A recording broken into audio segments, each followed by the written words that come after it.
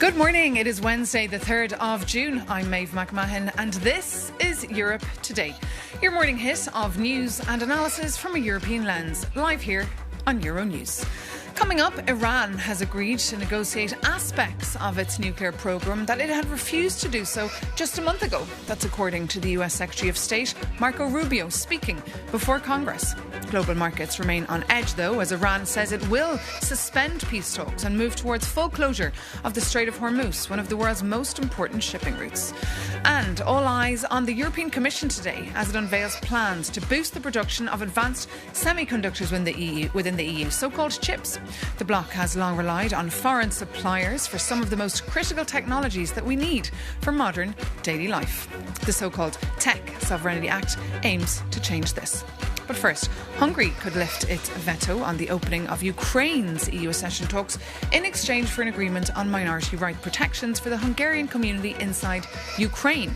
Such a move would mark a significant step forward in relations between the two neighbours, and it comes as Ukraine continues to face intense Russian drone attacks, with strikes this week killing over 17 people and injuring over 100.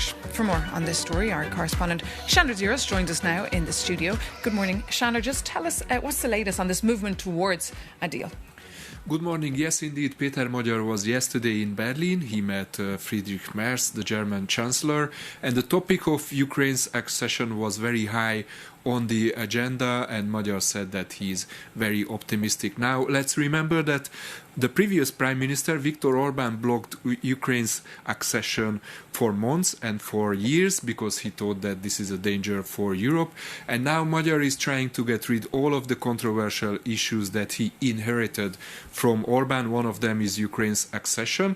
Magyar's condition is that Ukraine agrees on the protection of the minority rights, education and culture. Here we are talking about an 11-point action plan proposed by Hungary. Magyar said that the talks are advancing. He's optimistic and he could meet Zelensky next week. Let's take a look at what he said.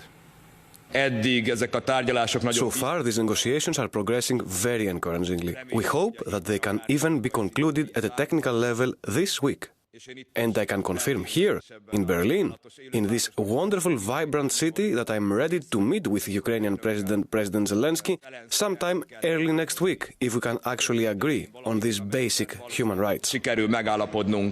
Ezekben az alapvető emberi jogokban. Peter Magyar, and of course today he's moving on to Paris to speak with Emmanuel Macron. But tell us, Shandor, when can the EU start agreeing on starting Ukraine's membership talks? Well, Euronews spoke to several EU diplomats and all of them were very optimistic. They are saying that before the next EU summit at the 18th of June, there could be an agreement and Hungary could lift its veto. This would mean that Ukraine could start its first negotiating cluster with the European Union, which is about fundamental rights. Now, there is also one reference about starting the negotiating chapter in the draft conclusions of this European summit, which is a clear signal that the EU is preparing. And let's not forget that, Ukraine's accession is very high on the agenda of Antonio Costa, the head of the European Council, and Ursula von der Leyen, president of the European Commission. So everyone seems to be on the same side. And also, this could be a very big step also for Ukraine, because after years of waiting, they could actually start the negotiations with the EU. So you're saying everyone could be on the same side. That's something that rarely happens at those EU summits. Chandra Ziros, thank you so much for that update. Now, trade and finance ministers from all across the globe are huddling in Paris today for the OECD's annual ministerial. For the view now from the Australian government on all the challenges facing the world today, we can cross now to Paris, where we're joined by the Australian Trade and Tourism Minister. That's Don Farrell, of course. Good morning, sir. Great to have you with us on Europe Today. You're very welcome. Good to be talking with you, Maeve. So look, you're in Paris today for these important talks. You seem to be edging closer and closer to Europe all the time. Is that because of the uncertainty of the US administration and the threats perhaps posed by China today?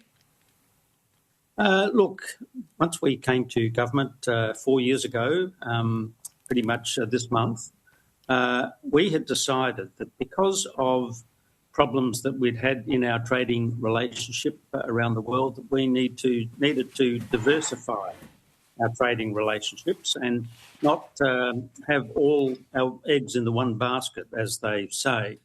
And so, over the last 4 years, we have developed new trading relationships. The United Kingdom, for instance, we've signed a free trade agreement with them. That's working really well, and our trade is up very, very significantly with the United Kingdom. With India, our trade's almost doubled with India since we reached a trade agreement. We reached an agreement with the UAE again. That's been very successful. And now, most recently, the hardest of them all was a free trade agreement with the Europeans. But we signed that a few weeks ago in Sydney. You did indeed. It's always complicated, isn't it, when it comes to the European Union? But this all happens as well in a backdrop of potential prolonged instability in the Middle East that potentially could push the global economy closer to recession. Tell us what's your view here, especially bearing in mind that you're in Paris today at these talks, and how this war is impacting the Australian economy. Yeah, look, there's no doubt, Maeve, that'll be a hot topic that we'll be discussing over the next few days. My job in particular, since this war began, was to ensure that Australia had enough fuel, whether it be petrol, diesel or airline fuel, and fertiliser for our crops. So I've been very focused on travelling around the world to ensure that we've got sufficient of all of those products. So I've been in Singapore, I've been in China, I've been in Japan, and of course now I'm here in Paris. We want to ensure that however long these troubles in the Middle East last, that we've got sufficient of all of those fuels to keep our industry going. It's very important for our farmers, very important for our miners. Very similar talks taking place in Brussels and other talks that took place here in Brussels just last Friday. Very urgent talks on how to deal with China. What would Australia's advice be here? How can Brussels learn from your example of dealing with Beijing? Patience is a good first start with the Chinese.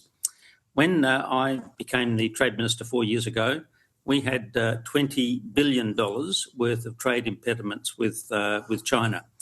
Now, you've got to put that in perspective. China is our largest trading partner, and at the time, trade was worth about $330 billion, two-way trade between Australia and China.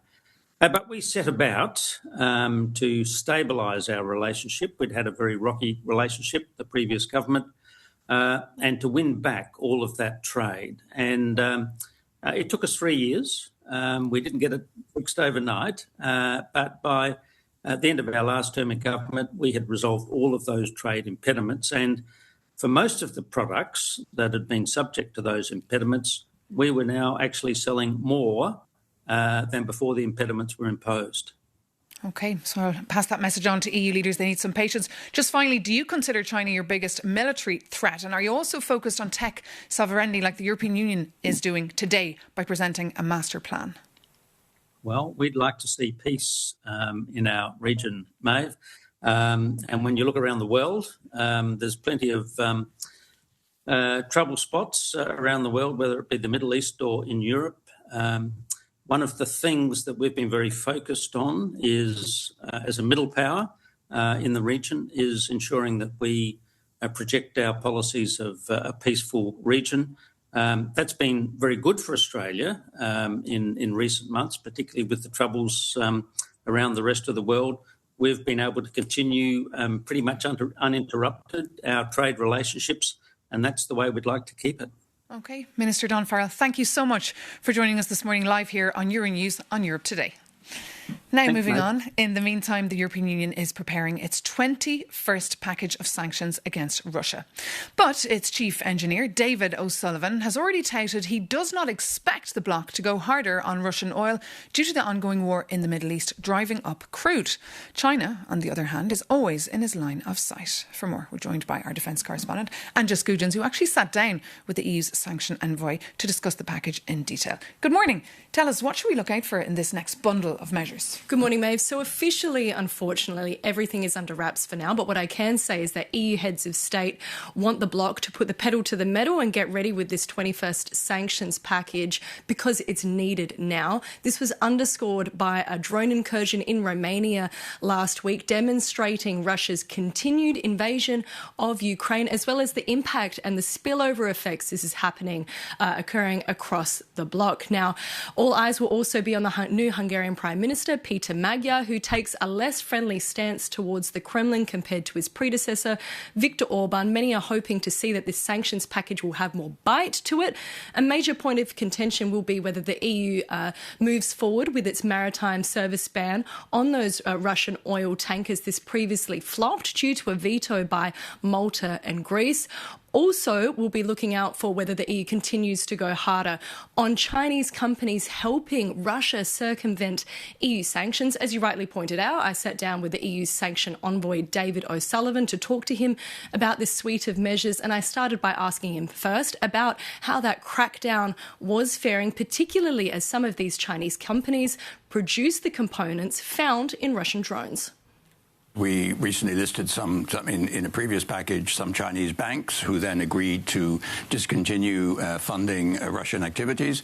So we have been active in taking action against Chinese companies, but I won't hide from you that China remains a very big problem for the circumvention of our sanctions. How big? Well, it's one of the biggest sources of circumvention, both in terms of what we call backfilling. This means simply selling Chinese versions of goods which we previously sold as Europeans, so things like household goods and so forth, which is of course perfectly legitimate, but also unfortunately as a platform for the re-export from China of Western branded goods and EU branded goods. So this is still a problem. We raise it regularly at the highest level with the Chinese authorities, but you know their answer, which is to say that they don't feel they're doing anything wrong, so we still have to take unilateral action against Chinese companies and financial institutions. But they've also retaliated. Following the 20th package of sanctions, China responded by banning at least 7 European defence companies from receiving certain dual-use products. Should we expect more reprisals from Beijing? Yeah, I think the Chinese play hardball, as the Americans say, and I think we have to face up to that if we want to take action, they will also take equal action. But I think it is very important nonetheless that we continue to be able to send a strong message that we are vigilant about efforts to circumvent our sanctions and that where we see the evidence, we will take action. On the 20th package of sanctions, there was also the proposal from the Commission for the full ban on maritime services for Russian tankers as part of the country's shadow fleet. The understanding was that there should be approval first at the G7. Now, those leaders will meet later this month in Evian. Do you expect a breakthrough? I think events in the Gulf have clearly changed the calculus about anything to do with energy. For the moment, what all Western economies are struggling with is access to energy at reasonable prices. The price has gone up, and there is scarcity of supply, also in the area, for example, of refined products, so diesel, jet fuel, and so forth. So I think at this point there is no appetite to take additional measures which might aggravate that situation. But I think the fundamental point, Angie, is that, our sanctions on the energy side are having a huge impact on Russia. Russia's revenue has gone down. The public finances are in great difficulty. They're in deficit. So I think, notwithstanding the fact that we may not move forward in the short term on the maritime services ban, everything that we have done, whether it's the oil price cap, whether it's the actions against the shadow fleet, all of this has contributed to seriously undermining Russia's revenue from hydrocarbon exports. And this was one of our key objectives, and it is working. Our Anja Scugins there with David O'Sullivan. But moving on now to the Middle East. In signs that peace talks have made very little political progress, the US and Iran have launched fresh strikes. Despite claims from the US Secretary of State, Marco Rubio, that a deal was within reach, the reality on the ground looks different. For more, your news' Stefan Kobe joins me now here in the studio. Good morning, Stefan. Good morning, Maeve. It's getting very hard to follow all these mixed messages. Please enlighten us. Yeah, well, absolutely, Maeve. Donald Trump likes to to call himself the master of the deal. But when it comes to a ceasefire with Iran, it's really hard to tell what exactly he is negotiating for. One day, Trump says peace is within reach. The next day, he sounds pessimistic. Then he suggests the breakthrough could happen any moment. A few hours later, he appears to lower expectations again. Now, for America's allies, financial markets, and certainly Iran, deciphering Donald Trump's latest position has become a full-time job. Now, Trump would argue that's exactly the point. Unpredictability has always been a part of his brand. Keep everyone guessing and you keep the upper hand. But there is, of course, another way of looking at it. Now, critics say the shifting messages reveal a deeper problem, and it's not strategic ambiguity, but strategic uncertainty. They argue that the White House has no plan and is trying to find a solution sort of on the fly. So every new Trump statement is now scrutinized for clues. Is he signaling a breakthrough, preparing the ground for a compromise, or is he just changing course again? So that's the challenge with Trump's diplomacy. The line between negotiating tactic and confusion is sometimes not visible, Maeve. And certainly keeping you very busy. And of course, we can read more of your analysis on yournews.com. Stefan Kobe, thanks Absolutely. for that. And due to this, of course, oil prices have been incredibly volatile again this week because of the uncertainty around supplies getting through Hormuz and prolonged hold-ups. For more on the impact on financial markets and energy prices, we're joined now by Osama Rizvi. He's an international economic and energy analyst. So good morning, Osama. Welcome to Europe Today. So first question, are markets reacting rationally, do you think, to the risks right now? Or do you think investors are underestimating how serious this could become? Well, thank you so much for having me today. I think it's a bit of both. When you see the markets, there seems to be a continuum on which the reactions can be perched upon. For instance, the oil markets, look at the oil markets. A few weeks ago, the difference between the physical markets and the paper markets was huge. The spread was somewhere around $36 to $38. But now, as we speak today, that spread seems to be shrinking. But is the conditions or the circumstances better now? Are the circumstances better now? Not at all. So which means that markets are sort of divided, confused. They are in a haze as to what will happen next, and this confusion, uncertainty, is what is fueling this dual behavior, I would say. But moving forward, one thing is very important to understand, that fundamentally speaking, from oil markets to the financial markets, the chances of both turning ugly or things getting worse are unfortunately more than them getting better before. And you said the markets are feeling confused. What about consumers? How concerned should we be about fuel prices rising further at the pumps? Well, consumers have been very clear about what is going around, and also been very clear in terms of their future confidence regarding the global economy. For instance, economic confidence in Europe is down. When you look at the US, it's at the US Michigan Consumer Sentiment Index is down to multi-years low. You look at the input cost, especially in Europe, it has increased to a 4-year high. Similarly, you look at across the consumer centers, I think it's showing confusion. It's all very gloomy, isn't it, Osama Rizvi? But thank you so much for joining us this morning and bringing us all your analysis. And now, as you heard earlier, EU leaders are still scratching their heads about how to prepare for increasing drone incidents along the EU borders. For more on what's at stake, here's our Jakub Janis. If you think this is how war sounds, your reporter has bad news for you. Things have changed and you should be more wary of this sound. After last week's Russian drone crash into Romanian apartment block, Moscow offered no apologies. Instead, Russia's Deputy Security Council chairman, Dmitry Medvedev, issued a chilling threat. He warned that because European governments supply weapons to Kyiv, the citizens of EU states will not be able to sleep peacefully. So how can Europeans defend themselves from drones? The EU has an action plan on drone security, but a leaked document from last week reveals how member states actually plan to put it into practice, focusing on 3 key areas. Number 1 is stricter identification. The bloc wants tighter registration rules so authorities can instantly tell a harmless civilian drone from a hostile threat. And second is smarter detection. Member states want to use advanced sensors and artificial intelligence to spot incoming drones near critical infrastructure. And lastly, we have intelligence sharing. Brussels wants to act as a central hub for coordinating data across the continent. But here we have a little problem. National governments insist this sharing must remain strictly voluntary to protect classified information and avoid duplicating NATO's efforts. So let's go back to our drone case in Romania.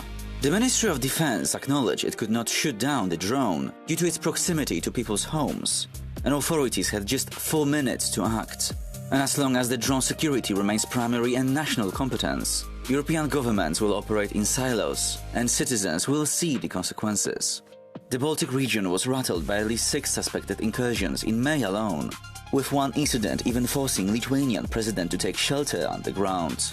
So yes, the EU is trying to work together on securing its skies, but with threats from Russia, it must build a truly unified defense before it's too late. And that brings this edition of Europe Today to an end. Thank you so much for your company. As always, you can always reach out europetoday@euronews.com. But in the meantime, stay tuned to us here at Euronews and see you soon.